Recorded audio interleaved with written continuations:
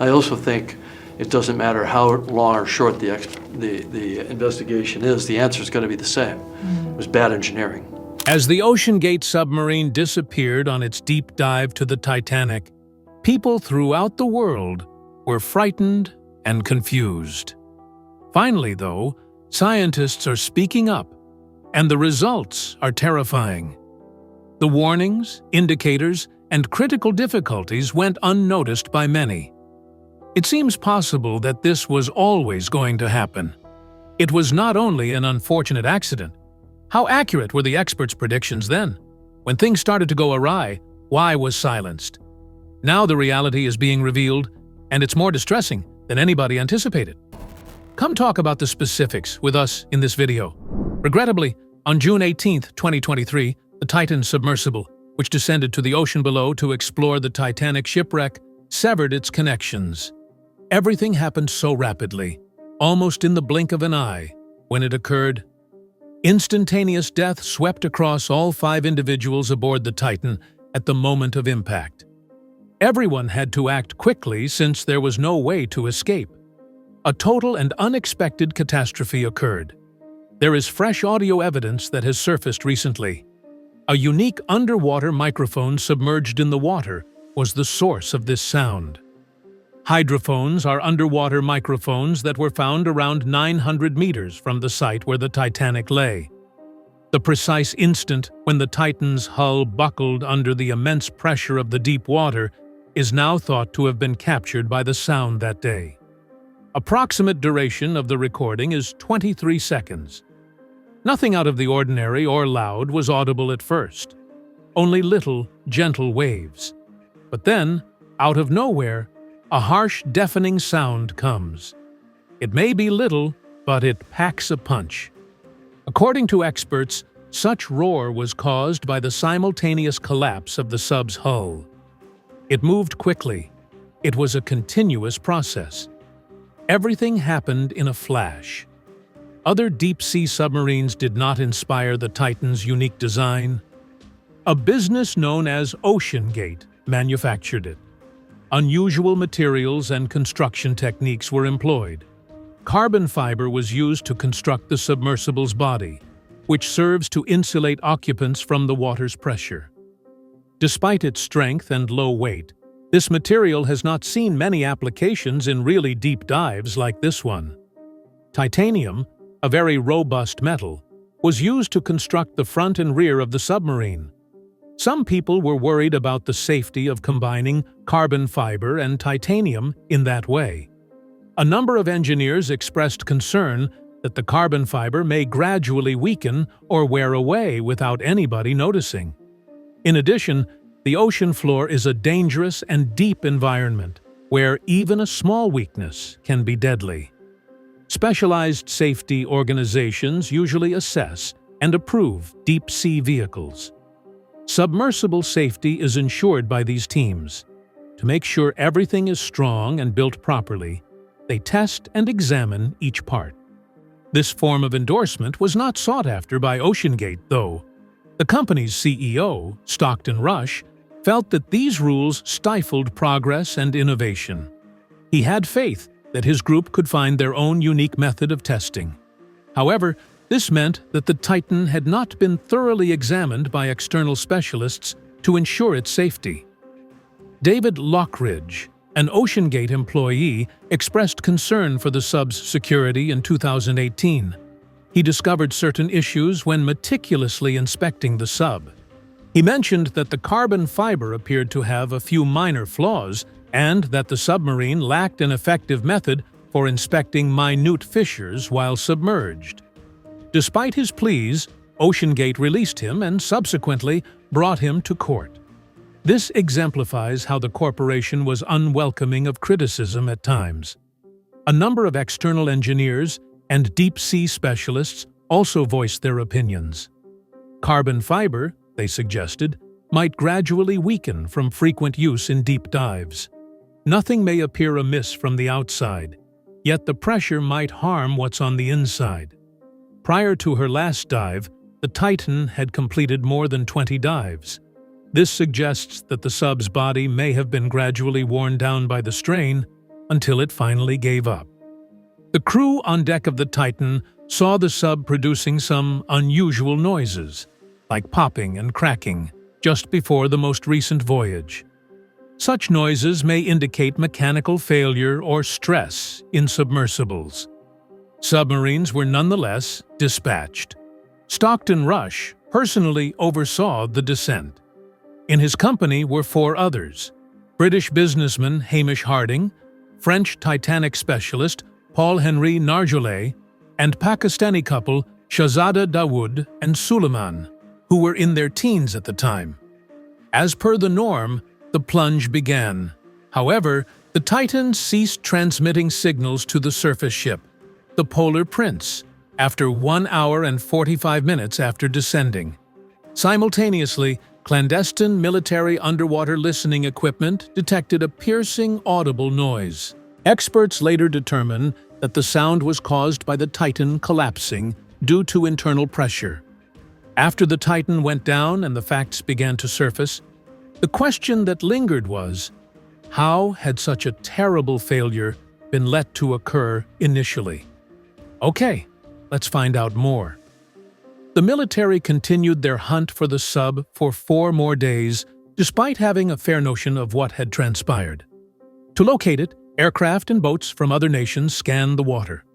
The story was covered by news outlets all across the globe. Many were praying for help. In the end, though, fragments of the Titan were discovered on the ocean floor. They were dispersed within striking distance of the Titanic's location. The fragments proved what many had suspected all along. The Titan had utterly crumbled. Upon examining the shattered pieces, specialists determined that the front section of the submarine, the round dome, had been pressed in by the pressure of the water. Based on the damage, it appears that the collapse began there and proceeded to affect the remainder of the body. According to the results of the material tests, the carbon fiber exhibited bending and breaking behaviors consistent with a pressure collapse. It appears that the dive was the last straw for the sub, which had probably been secretly weakened from the stress of previous dives. As we dug more, it became apparent that OceanGate's methods could have been a major factor. A strong ambition to move rapidly and be distinct was evident in the company's emails, negotiations with investors, and public interviews. Safety regulations, the CEO frequently said, impeded development. Unlike other subcontractors, he was determined to go against the grain. Actually, OceanGate had previously sought assistance from outside specialists, but those people declined, citing a lack of confidence in the company's commitment to safety as the reason. The method of operation of the Titan was also a point of contention. The crew navigated the submarine with the aid of a gaming controller. This controller isn't water-resistant, it's Bluetooth-enabled and designed for indoor use. There were those who felt it was foolish to employ such a device in that perilous environment.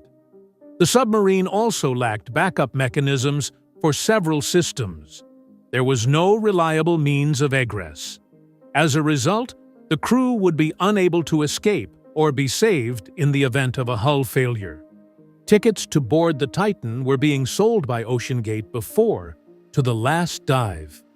The cost of the trip for each individual was close to $250,000. The Titan was portrayed in commercials and promotional movies as an innovative and thrilling method of exploring the ocean below. However, the silence was no less significant. The sub experienced issues in the past, according to new information.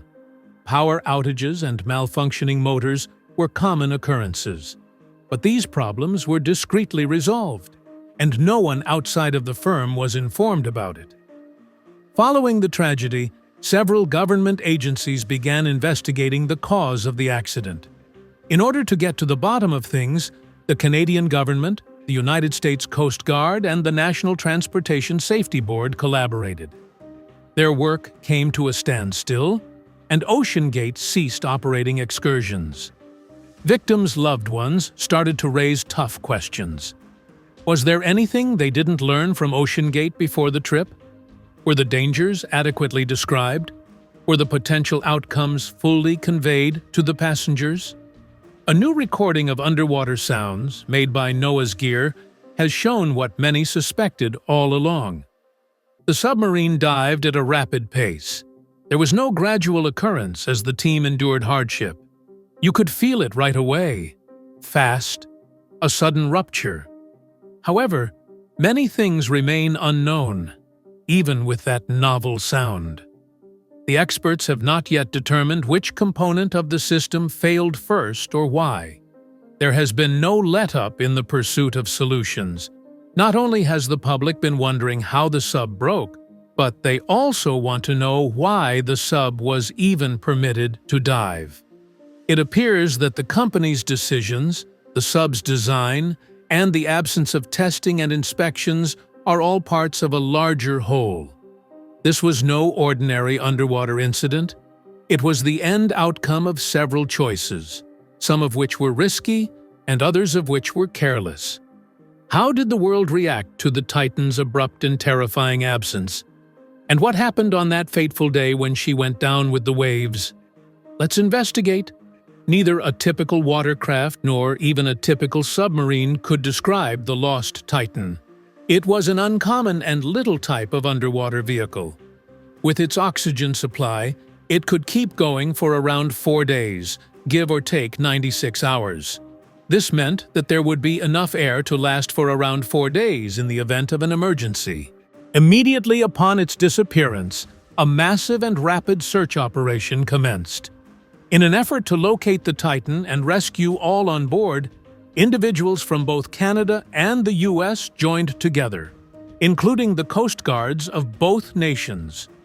In their search, they utilized a wide array of machinery, including ships, planes, and underwater robots. They hoped to discover it in time, so they searched for days. But on June 22nd, just 4 days after it disappeared, fragments of it were discovered on the Atlantic floor. Titan is where that rubble originated. According to experts, the sub experienced what is known as a catastrophic implosion, which means that it was quickly crushed by the pressure of the deep ocean. OceanGate is neither publicly or publicly owned, as it is a private firm. The United States-based company has its headquarters in the city of Everett, Washington. The company's original intention was to open up deep-sea exploration to everybody who could afford it, not only scientists.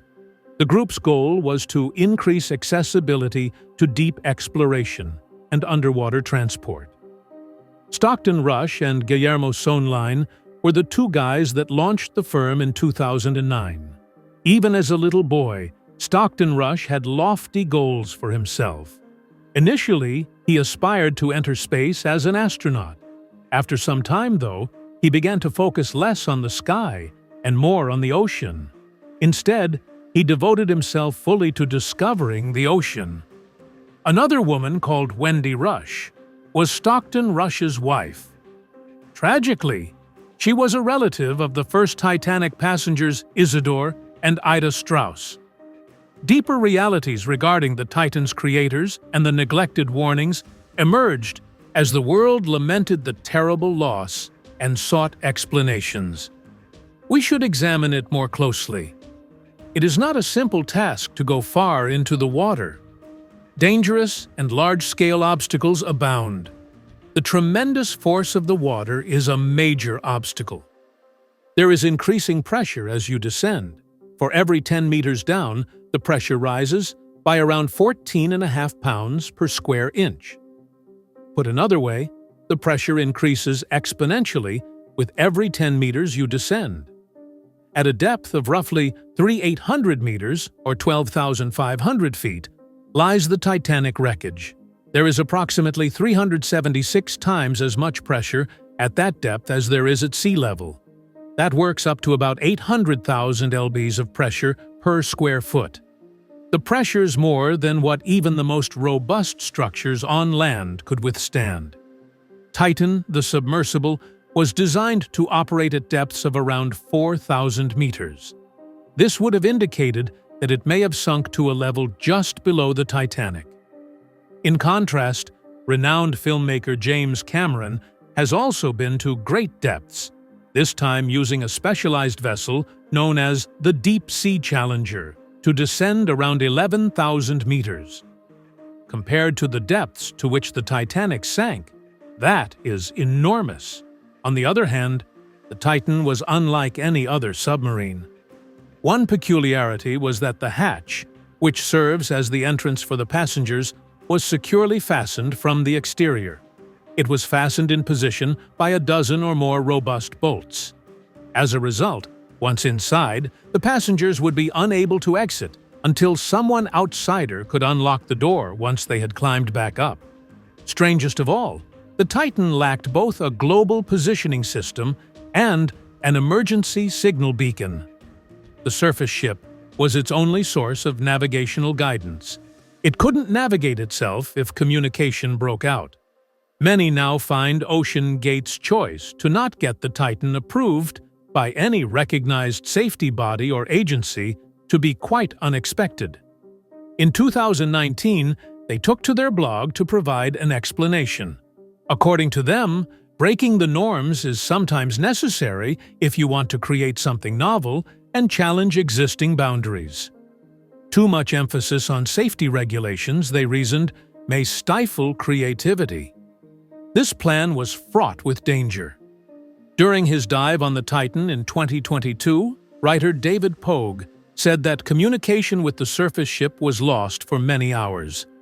This was a major concern for many following the 2023 disappearance of the sub.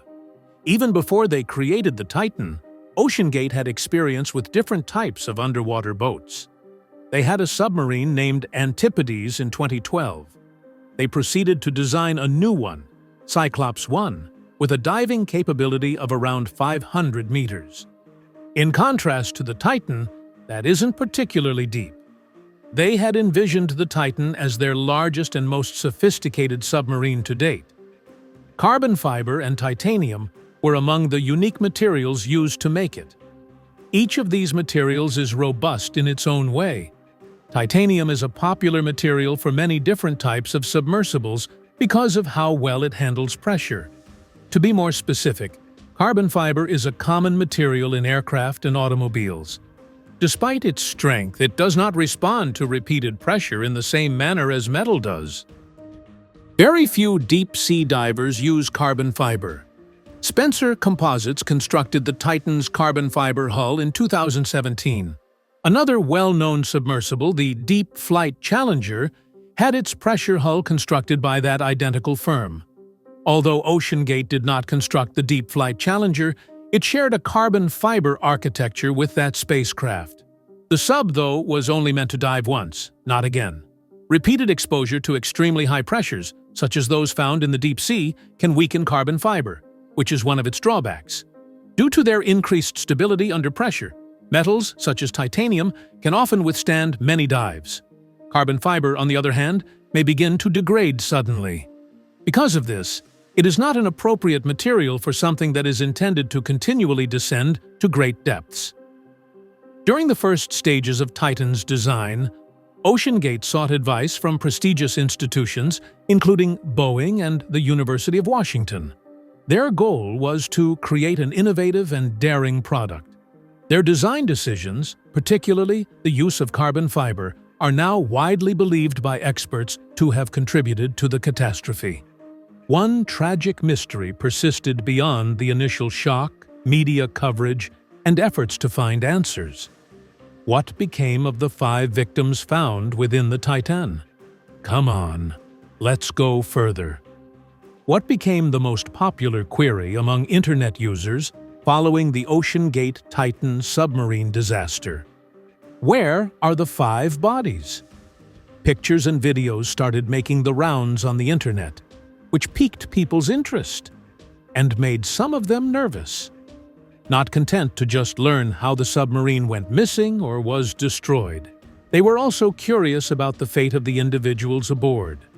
There were no easy answers to the complicated question. The 5 people who died on the Titan were famous people in their own right. These people had families, dreams, and tales of their own.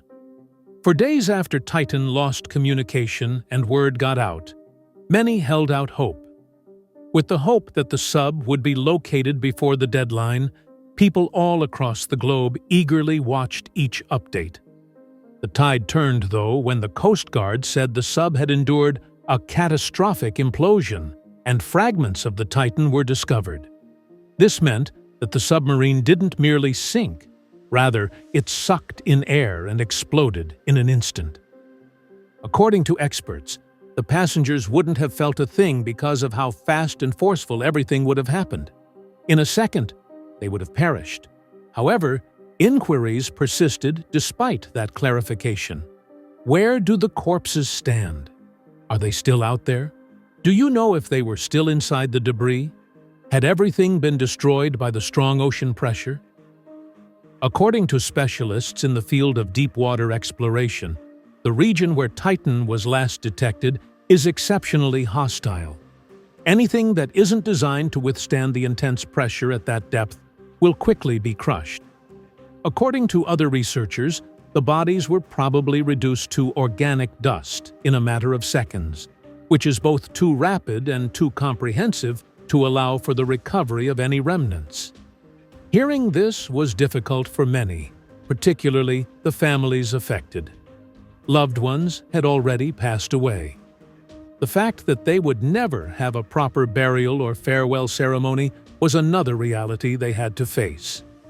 Not only did it signify loss, but it also suggested there would be no resolution, which made the pain seem more heavier. Some members of the family choose to keep quiet about it. While some asked for privacy and prayers, others publicly expressed their anguish. Meanwhile, not everyone who posted online was happy with the scientific explanations.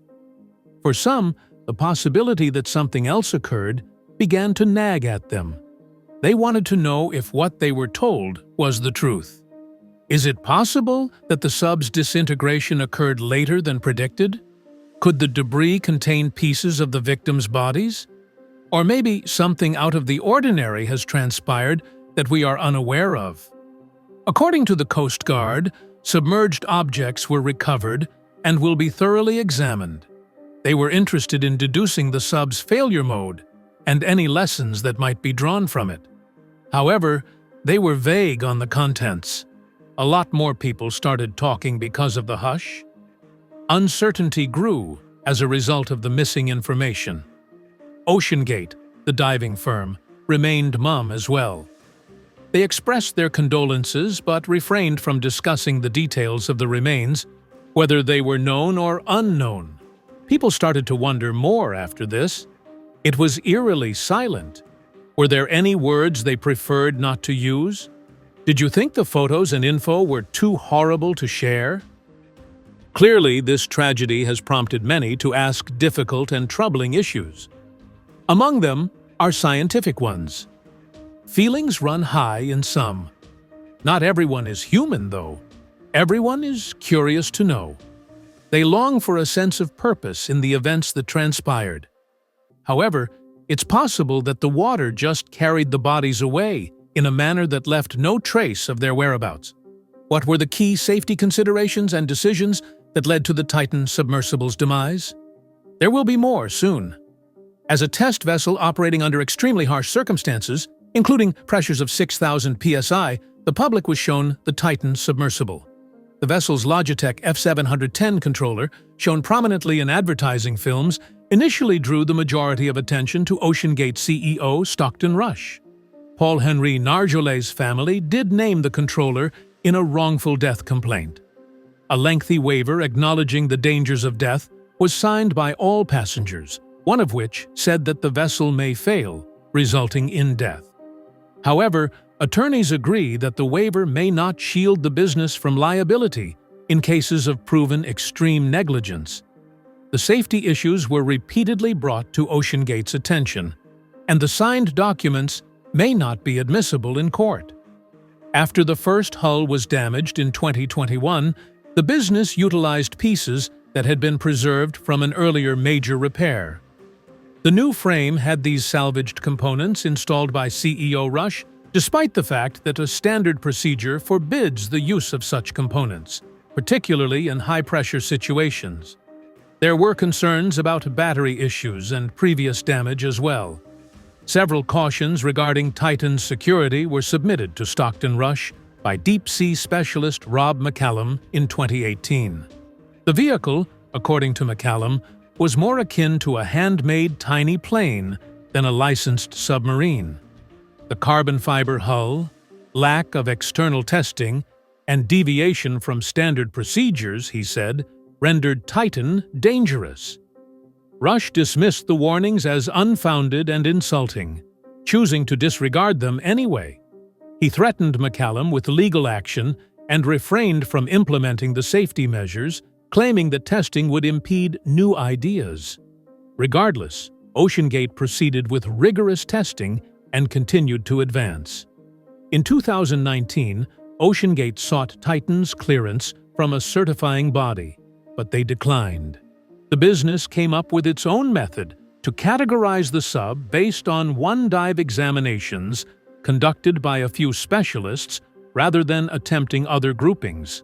Additionally, OceanGate was cautioned by members of the Marine Technology Society to adhere to regulations, completely disregarded. There was a high probability of failure, according to a Boeing engineer who was Rush's temporary colleague. Even that caution was disregarded. Engineers have major reservations about the submarine because of its carbon fiber hull, similar to how carbon fiber operates under internal pressure in airplanes, according to Rush. However, carbon fiber isn't ideal for the external pressures seen in deep seas. In 2022, while climbing, a deafening screech was detected, which turned out to be the carbon fiber layers separating. The next year, the submarine was still in operation.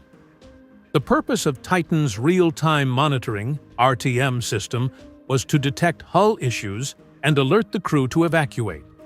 The experts, however, cautioned that RTM could only provide a warning a few milliseconds or seconds before a tragic accident.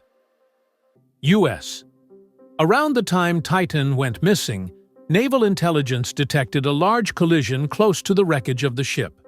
New footage from 2024 shows Stockton Rush's widow, Wendy, responding to a noise as she watched the dive from the surface. This noise was audible when the subwoofer went out. Later on, debris was discovered around 1,600 feet from the bow of the Titanic. In the midst of global grief, an unanswered issue persisted. What were the opinions of the experts, and why had nobody intervened sooner? Okay, let's find out more. After a year had passed, James Cameron addressed the Titan sub tragedy. He claimed to have realized the sub had imploded nearly immediately. The fact that the submarine lost both its navigation system and signal transmission led him to this conclusion. He thought something terrible had transpired if he lost both at once. He said that around 9:25 a.m., he jotted down the words "confirmed implosion" in his notepad, very same day that the United States. The sound of the submarine exploding was detected by the Navy. On Sunday, the same day the sub went silent, the Navy had detected the noise and located it within 100 meters. Throughout the sub's construction, Cameron blasted OceanGate and its CEO, Stockton Rush. He argued it was completely inappropriate to utilize a carbon fiber body for diving to that depth. Cameron claims that repeated pushing and squeezing by water pressure may weaken carbon fiber. He went on to say that the material begins to degrade within. Carbon fiber with metal components, he added, was a recipe for disaster. Pieces may come loose or break because the two materials have differing reactions to heat and pressure. According to him, Rush ignored repeated warnings from specialists. Workers utilizing deep-sea vehicles are required by Cameron to adhere to stringent safety protocols at all times. Learning from past errors led to the creation of these regulations, which have been in place for quite some time. Maintaining a safe environment is their responsibility. According to him, everyone else had been very careful to follow those safety protocols, therefore nothing like this had happened before. He said that OceanGate had disregarded them. According to Cameron, Rush often believed that rules should be disregarded in order to do novel things. That type of thought, in his opinion, had no place in ocean exploration. As Cameron pointed out, there are significant differences between designing aircraft that can fly and those that can travel deep under the ocean. Tension pulls things apart in the air. However, on the ocean floor, everything is subject to intense pressure. He thought Rush hadn't been adequately prepared for the ocean's mechanics by his flying instruction. He added that people died because these daring actions were taken. Cameron also brought attention to the fact that government safety bodies never reviewed or authorized the Titan sub. According to him, such would never be permitted by any serious ocean program. He likened it to constructing an untested handmade airplane and charging people to fly in it. He reasoned that the sub's extensive deterioration from previous missions was the main cause of its catastrophic failure deep beneath. Small imperfections in the body probably accumulated over time, leading to its collapse during that last descent. Even before the catastrophe, he said that many in the deep-sea industry distrusted OceanGate and Rush. A number of authorities had previously cautioned against using carbon fiber. According to Cameron, he knew people who warned Rush directly. He went on to say that some engineers had departed from the firm due to safety concerns. No one familiar with the nature of the task was surprised by the accident. The fact that this could have been prevented disturbed Cameron, he said. The Titan submarine disaster. What are your thoughts on the matter? Feel free to leave a remark with your opinions. We appreciate you taking the time to view this movie, and we hope you enjoyed it. Please subscribe and like the video. To see the next video and read up on your favorite celeb news, click here. We will meet there.